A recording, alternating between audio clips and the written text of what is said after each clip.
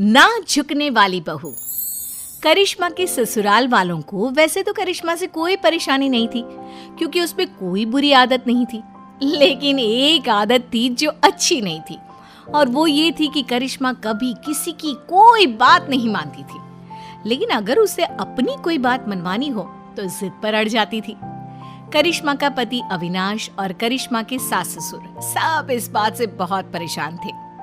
अविनाश, मुझे कुछ शॉपिंग करनी थी, आज शाम को जल्दी फ्री होकर घर आ जाना। करिश्मा, इस वक्त तो मेरे पास बहुत काम है। हम शॉपिंग के लिए अगले हफ्ते चलते हैं। नहीं, मुझे आज ही शॉपिंग के लिए जाना है, मतलब जाना है। करिश्मा, मैंने कहा ना, मेरे पास ऑफिस का बहुत काम है, मैं नहीं चल पाऊंगा। मैं कुछ नहीं जानती, अगर आप मेरे साथ शॉपिंग करने के लिए नहीं गए तो मैं अपनी मायके चली जाऊंगी। और तुम्हारी मम्मी की तबीयत पहले से ही खराब है, सोच लो कौन ध्यान रखेगा उनका। अरे बेटा, तुम कभी तो अपने पति की बात सुन लिया करो। एक हफ्ते में क्या बिगड़ जाएगा। मैंने कह दिया सो कह दिया, मैं झुकूंगी नहीं। शाम को अविनाश करिश्मा को शॉपिंग के लिए लेकर जाता है। अविनाश, मुझे ये ड्रेस बहुत पसंद आ रहा है। अरे लेकिन ये पूरे 20,000 का है। तो क्या हुआ, मुझे ड्रेस पसंद है और मुझे लेना है। करिश्मा, इस बार बजट थोड़ा गड़बड़ हो गया यार, अगले महीने तुम ये ड्रेस ले लेना। कभी तो अपनी जिद छोड़ दिया करो ना डार्लिंग। मैं यही ड्रेस लूंगी, कहा ना, मैं झुकूंगी नहीं। कुछ दिनों के बाद, करिश्मा बेटा, अविनाश के मामा जी हमारे घर आ रहे हैं। देखो, हमारे सामने तो तुम कैसे भी कपड़े पहन लेती हो, लेकिन उनके सामने बस एक दिन के बाद बेटा साड़ी पहन लेना। हाँ? अरे, अविनाश के मामा जी आ रहे हैं तो मैं क्यों साड़ी पहनूं? करिश्मा, हम सब तुम्हारी बात मान लेते हैं ना, कभी तुम भी तो हमारी कोई बात मान लिया करो। कितनी बार कह चुकी हूँ, मैं झुकूंगी नहीं। अगले दिन, और अविनाश, हमारे घर की बहू है तो साड़ी पहन कर रहती है, तुम्हारी बहू तो पजामा टी शर्ट पहन कर घूम रही है। अब क्या बताएं, बहुत समझाने की कोशिश की, लेकिन किसी की बात नहीं सुनती। हर बात पे कहती है मैं झुकूंगी नहीं। बात करने की कोशिश करता हूँ। और करिश्मा बेटा, जरा इधर तो आओ। जी मामा जी, बताइए क्या हुआ? अरे वैसा तो तुम बहुत प्यारी हो बेटा, लेकिन तुम्हें इतना तो पता होगा ना कि कोई बड़ा घर आता है तो उसके पैर छूने चाहिए। देखिए मामा जी, मैं किसी के आगे झुकती नहीं, दिल से सबकी रिस्पेक्ट करती हूँ। मैं झुकूंगी तो बिल्कुल भी नहीं। सुन लिया आपने मामा जी, समझा समझा कर थक गए हम, किसी की नहीं सुनती।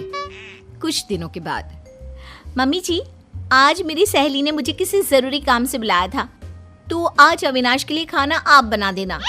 ठीक है बेटा, कोई बात नहीं, मैं बना दूंगी खाना।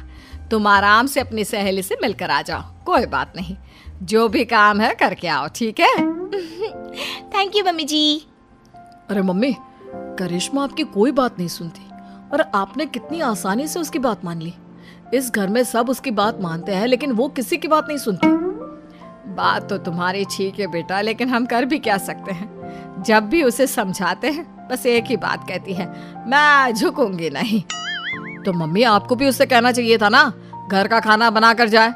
आपको भी उसकी बात नहीं सुननी चाहिए थी। अरे बेटा, बहू है वो मेरी, अब क्या मैं उसके बराबरी करूंगी? और तुम्हारे लिए ही तो खाना बनाना था। अरे कोई बात नहीं बेटा। कुछ महीनों के बाद, बहू, अविनाश का प्रमोशन होने वाला है ना, पंडित जी ने कुछ कहा था मुझसे। क्या कहा था मम्मी जी? और पंडित जी कह रहे थे कि अविनाश की पत्नी 4 सोमवार का व्रत रखे, इस बार उसका प्रमोशन पक्का है। लेकिन मम्मी जी, मुझसे तो भूखा रहा ही नहीं जाता, मैं कैसे व्रत करूंगी? अरे बेटा, तू फल खा लेना, दूध पी लेना, बस एक टाइम का व्रत रख अविनाश की तरक्की के लिए। लेकिन मम्मी जी, आप भी तो व्रत रख सकती है ना, वो आपका भी तो बेटा है। अरे समझने की कोशिश करो बहू, पंडित जी ने तुम्हें ही व्रत रखने के लिए कहा है, वरना मैं तो कब का कर लेती। नहीं मम्मी जी, मैं आपकी बात मानने को तैयार नहीं हूँ। अरे बेटा, कभी कोई बात सुन भी लिया करो, तुम तो कोई बात नहीं मानती मेरी।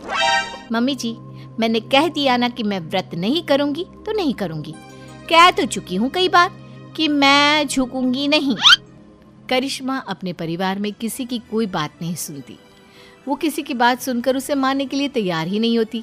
कुछ दिनों के बाद करिश्मा अपने पति अविनाश के साथ घूमने जाने का प्लान बनाती है। मम्मी जी, मैं और अविनाश 2 दिन के लिए बाहर घूमने जा रहे हैं। आपको कोई ऐतराज तो नहीं है ना? अरे नहीं नहीं बेटा, मुझे क्या परेशानी होगी, आराम से घूम कर आओ। वैसे कब निकलने वाले हो? मम्मी, मैं तो करिश्मा से कह रहा था कि सुबह के वक्त निकलते हैं ताकि शाम होते होते पहुंच जाए। नहीं, मुझे रात को ट्रैवल करने में बहुत मजा आता है और अब तो हम रात को ही जाएंगे। लेकिन बेटा, खुद की गाड़ी से रात के वक्त ट्रैवल करना खतरनाक हो सकता है। क्या फायदा, दिन में चली जाओ। वही तो मैं कह रहा हूँ मम्मी, लेकिन ये सुनती ही नहीं। मैंने कहा ना, मुझे सिर्फ रात में ही ट्रैवल करना है और गाड़ी भी तुम ही चलाओगे। बेटा, इस बार तो तुम्हें यह बात माननी ही होगी। ये तुम्हारी सुरक्षा का सवाल है। मैंने कह दिया ना, हम रात में ही जाएंगे और मैं इस बात के लिए झुकूंगी नहीं। करिश्मा की जिद के आगे अविनाश की एक नहीं चलती और वो दोनों रात को गाड़ी लेकर शहर से बाहर जाने के लिए निकलते हैं।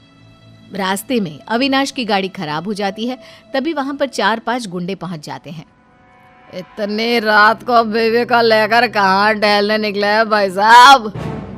अरे जरा वक्त का तो ख्याल किया होता। इतनी रात को अपनी बीवी को घुमाने चले हो। देखो, हम शरीफ लोग हैं, हमें जाने दीजिए। लेकिन हम तो शरीफ लोग नहीं है ना। अपनी मैडम से बोलो अपने गले का हार और ये सोने की चूड़ियां चुपचाप उतार कर दे दे। मैं तुम्हें कुछ नहीं देने वाली, जाओ यहाँ से। आए बड़ी चूड़ियां लेने वाले। अपने पति को जिंदा देखना चाहती हो तो चुपचाप ये चूड़ियां और हार उतार कर दे दो, वरना ये आज बचेगा नहीं। करिश्मा, अगर तुम्हें मेरी और अपनी जान प्यारी है तो अपने गहने उतार कर प्लीज इन गुंडों को दे दो। ए गुंडा किसको बुला रहे हैं? हाँ, सॉरी भाई साहब, गलती हो गई। मेरा मतलब करिश्मा, अपने गहने उतार कर इन भाई साहब को दे दो। मैं अपने गहने किसी को नहीं दूंगी। दूसरा गुंडा चाकू निकालकर अविनाश के गले पर रख देता है। अब भी नहीं दोगी तो तुम्हारे पति की गर्दन धड़ से अलग हो जाएगी, सोच लो। अरे ऐसे कैसे तुम्हारे कहने से कुछ हो जाएगा? मैंने कह दिया सो कह दिया। मैं अपने गहने नहीं देने वाली। मैं किसी के आगे झुकूंगी नहीं। करिश्मा, ये तुम्हारे घर वाले नहीं है जो तुम्हारे झुकूंगी नहीं कहने से चुपचाप बैठ जाएंगे। ये मुझे सीधा ऊपर पहुंचा देंगे।